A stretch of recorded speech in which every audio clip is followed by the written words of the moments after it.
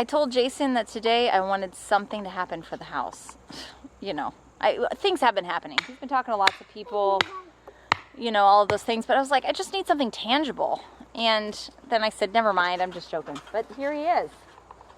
He's doing something tangible. He bought this thing. Not this thing. You just get some tools out, and walk around, make a bunch of noise. It's almost as good as having a clipboard and running around looking like you're busy. No, it does really bring me great joy. By the way, Gary from HC4, if you're out there by chance watching us. He's probably not. He was the best at looking busy. He'd run around with a clipboard. Oh, he was awesome. Everybody knew it. And he just smiles like, oh, you busy, Gary? That's funny. He was awesome. That's funny. So this is the spot. This is the watching crew right here. And does he have something on his head? Silas, can you help me out? If you are new to our channel, you might not know, but we are building a house. And we're claiming it in faith. We are building this house without going into debt. And so we have just been allowing the Lord to provide little by little, many ways.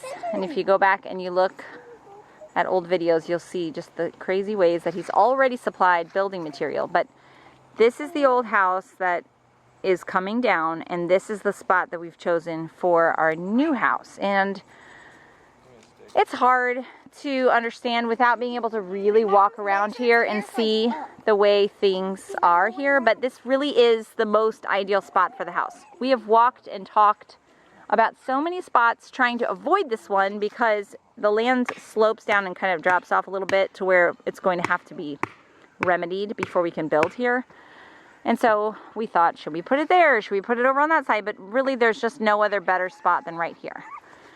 So Jason is doing the exciting deed of putting some stakes in the ground so we can have a visual look. Honestly, this is not where it's going to be necessarily. What?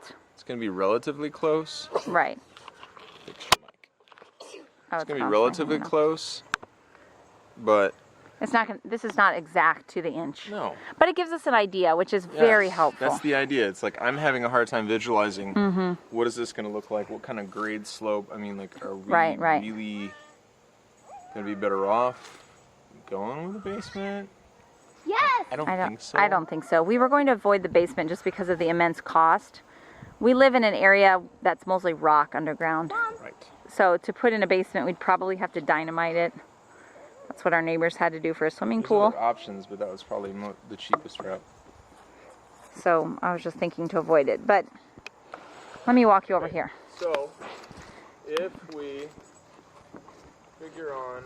This is an old broken down van, but that's still sitting there from when I wrecked it. But that's our lane road. So the idea is to come up this lane road. This is a circle drive around here. To come up this lane road, and there would be our house right here.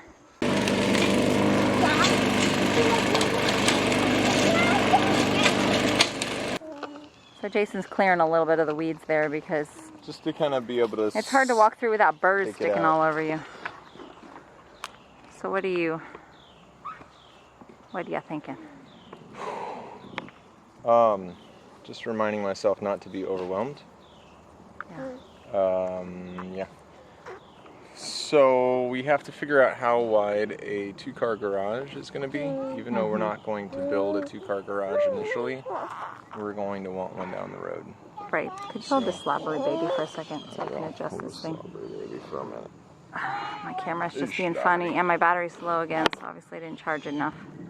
You will kill the batteries that way. I know. I'm still getting to know this camera. Okay. So our house is, on paper, it's 70 by 40 feet. 39. Right. It's just because I drew it in a, what's the name of that floor planner? And that's how I, drew my scale. But we're saying 72 by 40 would be the ideal because they say to do it in increments of 8 feet, right? Because of drywall sizes, the way it comes in. Plywood. Pepper, is she going to throw your ball for you? Are you excited? He's like, no.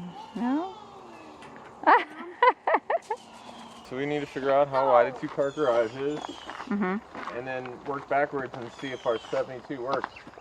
Okay, let me ask Siri here. How wide is an average 2-car garage? 24 feet wide by 24 feet long is a standard 2-car. 24 by 24. Okay, so now is that inside dimension? Well, you just have so many questions. So let's imagine it's an inside dimension. 24. If we do 2 by 6 walls, that's like 2 by 12. So just for ease of math here, let's add another 2 feet on.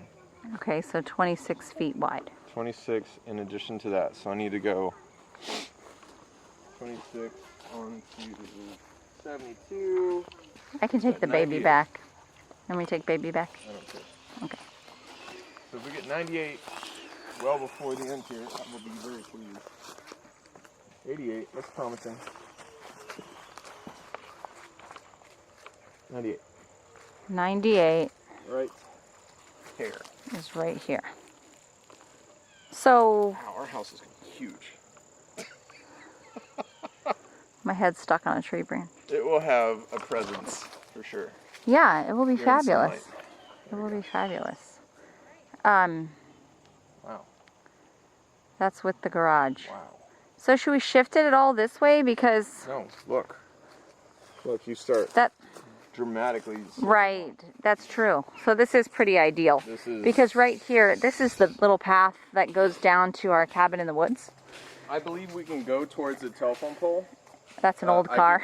That's what? I said, that's the path. That's an old car. That's awesome. That's one of Jason's projects in his spare time. It's going to be my everyday driver. Woo woo. But for now, we parked it here to imagine that's a garage right there. It is a garage. Yeah.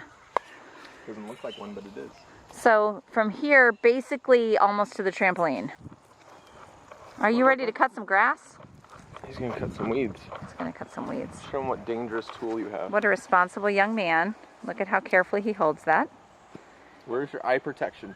Your ear protection. Your nose protection. Sharpened. Yeah, well, it's meant not to be sharp necessarily, as it's meant to be driven fast. With a lot of strength. An object. So it's momentum and... Let me show how it's done. There's the bike riding man. Look how big this puppy's getting. Oh, you're getting so big. Yes, you are. You big boy.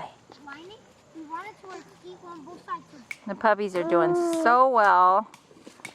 They love the kids. Actually, they just really like everybody. Everybody who comes to visit, they're super friendly. Pepper's still getting used to them. He's like the jealous big brother who's just not quite sure about these new babies.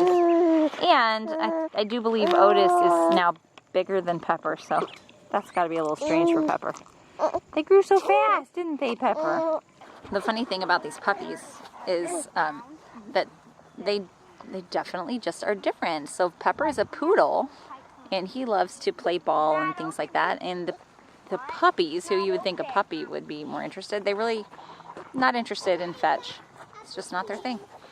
The sun is going down. Jason has been working hard trimming and clearing in this area that we're marking off. The boys are actually starting up a campfire. We thought it would be a good night for a campfire, and I have some ham and white bean soup going in the Instant Pot. Bella, what have you been working on? Nothing really. Having a lot of fun doing nothing. This guy took a little evening nap and he's up now, but since we're about to lose light, I thought I should say goodnight. We will keep you updated, of course, as we continue this pre-house planning excitement. And I hope you guys have a great day. We will see you tomorrow.